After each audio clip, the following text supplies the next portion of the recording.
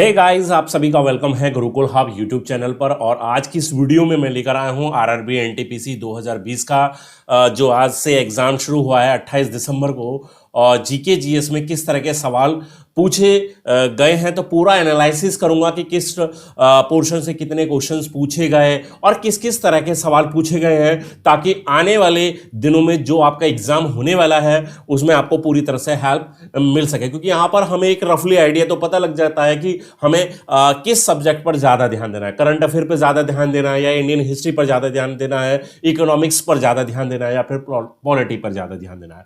तो बिल्कुल इस वीडियो को टिल एंड तक देखें, एक एक क्वेश्चन को ध्यान से समझें और क्लियर करके चलिए शुरुआत करते हैं। तो शुरुआत करेंगे हम यहाँ पर पहले यहाँ पर एनालिसिस करते हैं कि यहाँ पर हम देखते हैं कि सवाल किस किस पोर्शन से पूछा गया। तो इंडियन हिस्ट्री की अगर मैं बात करूं तो 5 से 6 क्वेश्चन पूछे गए हैं और इजी टू मॉडरेट लेवल के क्वेश्चन पूछे गए। ज्योग्राफी से यहाँ पर केवल 2 से 3 सवाल पूछे गए हैं, वहीं पॉलिटी से यहाँ पर 2 से 3 सवाल पूछे गए। क्लियर। स्टैटिक जीके से यहां पर 5 से 6 सवाल पूछे गए हैं और वहीं करंट अफेयर की वेटेज अच्छी खासी रही है, जो कि हमेशा रही भी है। रेलवे में 10 से 12 क्वेश्चन पूछे गए, वहीं साइंस से जो सवाल पूछे गए हैं वो भी 10 से 12 सवाल पूछे गए। तो इस प्रकार 40 सवाल का आपका ये पूरा पेपर होने वाला है, ठीक है, जो चल रहा है। और इसी तरह से ये कुछ सब्जेक्ट वाइज डिवाइड किया गया है। तो यहां पर सबसे ज्यादा जो वेटेज है वो या तो करंट अफेयर की है या फिर साइंस की। करंट अफेयर में भी मैं बताऊंगा कि यहां पर 2019 से करंट अफेयर में ज्यादा सवाल पूछे गए हैं। क्लियर। 2020 में इतने ज्यादा कोविड की वजह से ज्यादा सवाल बन भी नहीं पाए हैं।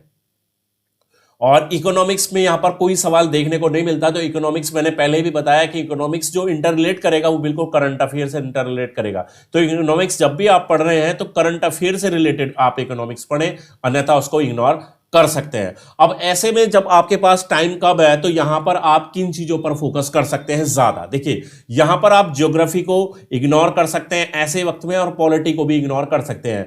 देख लेंगे एग्जाम में जिस तरह का सवाल आएगा उस तरह अगर आपके रेंज में आता है तो उसको आप कर लीजिए। बाकी अभी अगर आप इसको रिवीजन करते वक्त अगर इन दोनों को इग्नोर करेंगे तो काम चल जाएगा। थोड़ा सा फोकस ज्यादा स्टैटिक जीके पर कर लीजिए, करंट अफेयर पर, और साइंस को अच्छे से तैयार कर लीजिए, ठीक है। बाकी हिस्ट्री को भी तैयार आप कर सकते हैं। क्लियर। अब किस किस तरह के सवाल पूछे गए वो भी हम थोड़ा सा आगे देख लेते हैं। तो यहां पर जो क्वेश्चन पूछा गया डीआरडीओ के हेड कौन है, तो वो अभी फिलहाल में है डॉक्टर जी सतीश रेड्डी। ये क्वेश्चन पूछा गया है। फर्स्ट कोविड-19 वैक्सीन किसके द्वारा बनाई गई, तो ये दावा किया गया था रशिया के द्वारा, और उसका नाम भी दिया गया है स्पुतनिक, ठीक है। तो सवाल ये भी पूछा जा सकता है कि किस कंट्री ने दावा किया बनाने का, तो रशिया, और उसका नाम भी पूछा जा सकता है स्पुतनिक, जैसे कि पूछा गया है। बाकी सवाल था इलेक्शन कमीशन कौन से आर्टिकल के अंतर्गत किस अनुच्छेद के अंदर उसका उल्लेख किया गया है, तो अनुच्छेद 324 में इस बात का उल्लेख किया गया है इलेक्शन कमीशन का, ठीक है। आगे देखें तो आगे क्वेश्चन आ गया गोबी डिजर्ट से, जो कि एशिया में है, एशिया में मंगोलिया में है, ठीक है। और ये एक चट्टानी रॉक से भरा हुआ एक डेजर्ट है, एक सैंडी डेजर्ट होता है, वैसे ये रॉक से भरा हुआ डेजर्ट है, जो कि गोबी डेजर्ट है, एशिया मंगोलिया में। सैडल पीक से संबंधित एक सवाल पूछा गया, अंडमान निकोबार में है सैडल पीक, ठीक है। अर्थ डे पूछा गया, डे से रिलेटेड सवाल हमेशा हर एग्जाम में पूछे जाते रहे हैं, और जैसे कि रेलवे की टेंडेंसी हमेशा से रही है। तो अर्थ डे पूछा गया, 22 अप्रैल को मनाया जाता है, पृथ्वी दिवस, ठीक है, इसको भी ध्यान रखें। दूसरा भी सिंपल क्वेश्चन पूछा गया कि वुमेन डे कब मनाया जाता है, तो वुमेन डे 8 मार्च को मनाया जाता है। तो ये 2 सवाल डेट से रिलेटेड पूछे गए। अब आगे जब भी आप रिवीजन करते हैं तो मैं ये कहूंगा कि डेट से रिलेटेड कोई भी सवाल को मिस ना करें, ठीक है। डेट से 100% आपके सवाल पूछे जाएंगे, बिल्कुल भी इग्नोर करके ना चले। कुछ बच्चे कहते हैं जी याद नहीं होती, तो साम दाम दंड भेद सब कुछ लगा दीजिए, लेकिन उसको तैयार कर लीजिए। सवाल ये पूछा गया कि कॉमनवेल्थ यूथ गेम्स, तो 2021 यूके में और 2019 ये भी यूके में आयोजित 2019 यूके में आयोजित किए गए, और 2021 वाले भी यूके में ही आयोजित किए जाएंगे। इलेक्ट्रिक करंट की यूनिट पूछे, उसकी क्या इकाई है, तो एम्पियर से संबंधित है। इलेक्ट्रिक करंट विद्युत धारा से संबंधित ये सवाल पूछा गया, बड़ा आसान सा बेसिक सा सवाल पूछ लिया गया। टोटल रामसर साइट्स कितनी हैं, तो कुल मिलाकर 42 साइट्स हैं। ये यहां पर हमसे एक सवाल पूछा गया रामसर साइट से संबंधित। आगे बात करते हैं राज तरंगिणी के राइटर कौन है, लेखक कौन है, तो वो हैं आपके कल्लड़। ये आप ध्यान रखें, बुक से रिलेटेड हमेशा सवाल पूछे जाते रहे हैं। इंडियन हिस्ट्री से सवाल आया कि राज तरंगिणी के लेखक कौन है, तो कल्लड़ आप याद रखेंगे। 15th ज्ञानपीठ अवार्ड से संबंधित है ये सवाल कि इसमें आखम, अच्युतन और नाम भूतिरी, इनको मिला है 55वां ज्ञानपीठ अवार्ड। तो ये नाम भी याद रखें और ये 55वां ज्ञानपीठ अवार्ड से रिलेटेड भी सवाल हमेशा एग्जाम में पूछे जाते हैं, इनको भी आप इग्नोर नहीं कर सकते। कुडनकुलम न्यूक्लियर पावर प्लांट है, कहाँ पर है, तो ये बच्चों है तमिलनाडु। पावर प्लांट से रिलेटेड सवाल मैंने आपको परफेक्ट एक वीडियो बनाकर दी थी जिसमें मैंने बताया था कि किन किन टॉपिक से सवाल पूछे जाते हैं। बिल्कुल उसी तरीके से पेपर को सेट किया गया है और वही सारी चीज़ें पूछी जा रही हैं। तो ये न्यूक्लियर पावर प्लांट से भी रिलेटेड सवाल पूछे गए हैं, जो कि कुडनकुलम के बारे में पूछा गया। ये है तमिलनाडु राज्य में। आगे हम बढ़ते हैं, आगे पूछा गया सुकन्या समृद्धि योजना। तो सुकन्या समृद्धि योजना होती है छोटे चाइल्ड, गर्ल चाइल्ड के लिए, ठीक है। तो इसमें क्या होता है, 15 साल का पीरियड होता है और मैच्योरिटी पीरियड इसका 21 साल होता है। यानी कि जो डिपॉजिट करेंगे वो 15 साल तक आप करेंगे और 7 साल बाद, 21 साल बाद आपको रिटर्न में आपका सारा अमाउंट और विद इंटरेस्ट के साथ आपको मिल जाता है। तो एक अच्छी योजना चलाई गई है भारत सरकार के द्वारा, सुकन्या समृद्धि योजना गर्ल चाइल्ड के लिए। एक क्वेश्चन था 7 सिस्टर्स से रिलेटेड, जो कि हमारे 7 राज्य हैं, ठीक है, उनसे संबंधित पूर्वांचल राज्य हमारे 7, उनसे संबंधित एक सवाल पूछा गया है। माउंटेन पास पूछा गया, जम्मू और लेह के बीच में कौन सा है, तो वो है आपका बनिहाल दर्रा, बनिहाल पास, ठीक है। ये एक सवाल पूछा गया, इंपॉर्टेंट सवाल पूछा गया है। दर्रे से रिलेटेड सवाल जरूर पूछा जाएगा। तो जितने भी चाहे नाथुला है, जोजिला है, बारालाचला है, ठीक है, सिपकिला है, तो जितने भी दर्रे हैं आपके, वो सारे आप तैयार करके जरूर से जाएं। बंगाल डिवीजन से सवाल पूछा गया, बंगाल के विभाजन से 1905 में बंगाल का विभाजन हुआ और लॉर्ड कर्जन के द्वारा इसको कराया गया था। तो ये भी आप याद रखें, लॉर्ड कर्जन 1905 में बंगाल का विभाजन। सेकेंड बैटल ऑफ पानीपत पूछा गया, नवंबर 5 1956 में ये लड़ा गया, ठीक है। अकबर और किसके बीच लड़ा गया था, हेमू विक्रमादित्य के बीच में, हेमू विक्रमादित्य के बीच में लड़ा गया। इसमें अकबर को विजय प्राप्त हुई थी और अकबर उस वक्त मात्र 14 वर्ष के थे। तो उनके जो संरक्षक थे बैरम खां के नेतृत्व में ये युद्ध लड़ा गया था।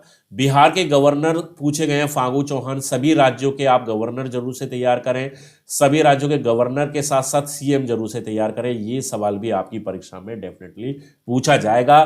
पिछले एएलपी ग्रुप डी में भी इसी तरह से सवाल पूछे जाते रहे थे, तो ये भी ध्यान रखें आप। आगे पूछा गया कि लॉन्गेस्ट हाईवे कौन सा है, तो NH-44 जो सबसे लंबा हाईवे है। Chikankari embroidery associated with Lucknow में है, ये चिकनकरी एम्ब्रॉयडरी, ठीक है। तो ये सवाल पूछा जा रहा है। ये सारे सवाल मैंने अनअकैडमी पर पढ़ाए हैं। अनअकैडमी पर मेरी सुबह 7 बजे जो स्पेशल क्लास होती है उसमें सारे क्वेश्चन मैंने करा रखे, सब वहीं से पूछे गए हैं। अगर आप भी उन क्लासेस को ज्वाइन करना चाहते हैं तो मेरे प्रोफाइल को जरूर से ज्वाइन करें अनअकैडमी पर। आगे सवाल पूछा गया double helix model of DNA, Francis Crick and James Watson, इनके द्वारा ये DNA model, double helix model, द्विगुणित अवसंरचना मॉडल दिया गया था। सवाल पूछा गया प्रार्थना सभा से 1867, ठीक है, 1867 में प्रार्थना समाज की स्थापना की। इसमें आत्माराम पांडुरंग का नाम आता है, ठीक है। चलिए, ये इनसे संबंधित है। मैक्सिमम लोकसभा सीट पूछी गई कितनी है, तो 552 लोकसभा सीट है मैक्सिमम। फर्स्ट जैन तीर्थकर कौन थे, पहले जैन तीर्थकर थे ऋषभदेव। ये एक सवाल पूछा गया। बौद्ध धर्म जैन धर्म से लगातार सवाल पूछे जाते रहे हैं, तो इस बार भी ये सवाल जरूर से पूछा गया है। आईपीएल इस बार कहां पर कंडक्ट किया गया, आईपीएल इस बार यूएई संयुक्त अरब अमीरात में हुआ और इस बार की विजेता टीम कौन सी रही है, मुंबई इंडियंस रही है। तो आप ये जरूर से याद रख के चले, ये सवाल आने वाले परीक्षा में पूछा जा सकता है। अभी मैंने आपसे बोला ही था कि जब बिहार के गवर्नर बताएं कि सीएम भी आपके पूछे जा सकते हैं, तो बिल्कुल पूछा गया। हिमाचल प्रदेश के सीएम कौन है, तो जयराम ठाकुर हैं हिमाचल प्रदेश के सीएम। तो सीएम और गवर्नर जरूर से याद रखे चले, हर एक राज्य के जरूर सवाल पूछा जाएगा। वंदे भारत जो ट्रेन चलाई जा रही है, वंदे भारत, वो कौन कौन से शहरों के बीच है? तो ट्रेन है ये दिल्ली से वाराणसी के बीच। ऑप्शन बेस्ड क्वेश्चन है, ठीक है। एक जम्मू से दिल्ली जम्मू के बीच में भी चलाई जा रही है, तो जो ऑप्शन में है उसी हिसाब से आपको आंसर देना है। वंदे भारत जो कि दिल्ली और बनारस के बीच में चलाई जा रही है।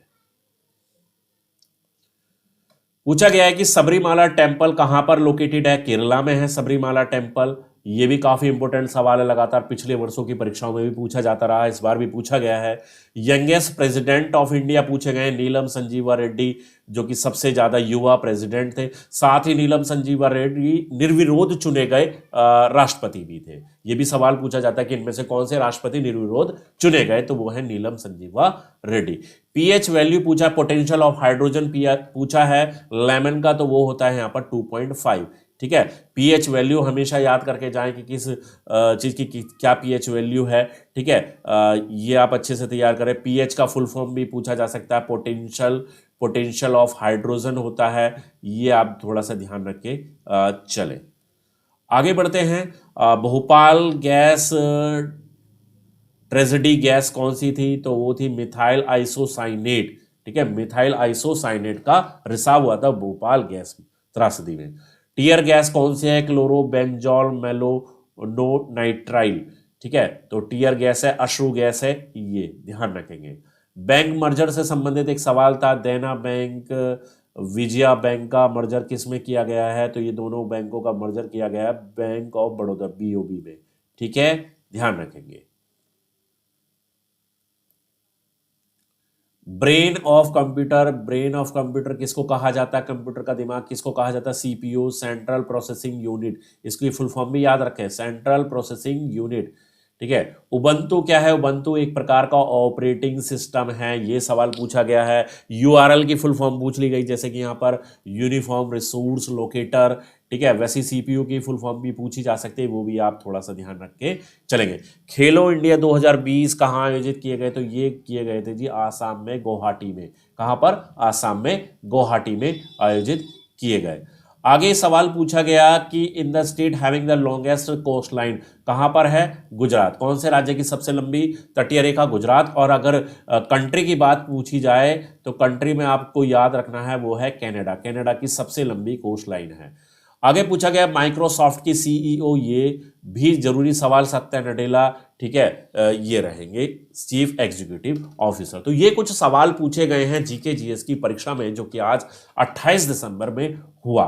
अब यहां पर सवाल की संख्या देखिए कम है, इसका मतलब आप सीधे सीधे लगा सकते हैं कि पेपर जो है, भाई पेपर तो आउट हुआ नहीं है, मतलब सामने आया नहीं, एग्जाम होने के बाद किसी को मिला नहीं पेपर, तो अब सीधी सी बात है मेमोरी बेस्ड क्वेश्चन है, तो मेमोरी बेस्ड क्वेश्चन लिमिटेड आएंगे और वो क्वेश्चन सामने आते हैं हमेशा जो इजी होते हैं। जो टफ क्वेश्चन है ना तो बच्चों को ध्यान रहेगा और ना बच्चा बाहर आकर बता पाएगा कि क्या सवाल था। तो आप केवल ये भी ना समझे कि पेपर बहुत ज्यादा आसान है, क्योंकि आपको केवल वो चीज दिखी जो दिखाई गई, यानी कि जो बच्चों को याद थी उन्होंने आकर बाहर आकर आपको हमें बताया और हमने आपके सामने शेयर कर दिया। तो कुछ क्वेश्चन टफ लेवल भी है, तो बिल्कुल आप इसको बिल्कुल इजी भी ऐसा ना मानकर चले। लेकिन मैं कहूंगा कि इस तरह के पेपर में अगर आप 70 से 72, ये हालांकि केवल जीके जीएस का पेपर है, अभी इसमें मैथ और रीजनिंग का पेपर नहीं है, लेकिन मैं कहूंगा कि इस तरह के पेपर में अगर मैथ रीजनिंग भी इसी टाइप का है तो 70 से 72 इजिली आप अटेम्प्ट कर सकते हैं। और केवल जीएस की मैं बात करूं तो 40 में से 30 क्वेश्चन आप इजिली कर सकते हैं, कोई बहुत बड़ा यहां पर सीन नहीं होने वाला है, ठीक है। तो इसी तरह से लगातार आपको पेपर के एनालिसिस की अपडेट मिलती रहेगी। आप हमारे साथ जुड़े रहें इस चैनल के साथ। गुरुकुल हब यूट्यूब चैनल को जल्दी से सब्सक्राइब कर लें अगर आपने अभी तक सब्सक्राइब नहीं किया है। साथ ही बेल आइकन जरूर से प्रेस कर दें ताकि आने वाली क्लास का नोटिफिकेशन भी आपको जल्दी से मिल जाए। तो चलिए स्टूडेंट, मिलते हैं नेक्स्ट सेशन में। इस वीडियो को लाइक जरूर से कर देना और दोस्तों के साथ शेयर भी जरूर से कर देना। Thank you.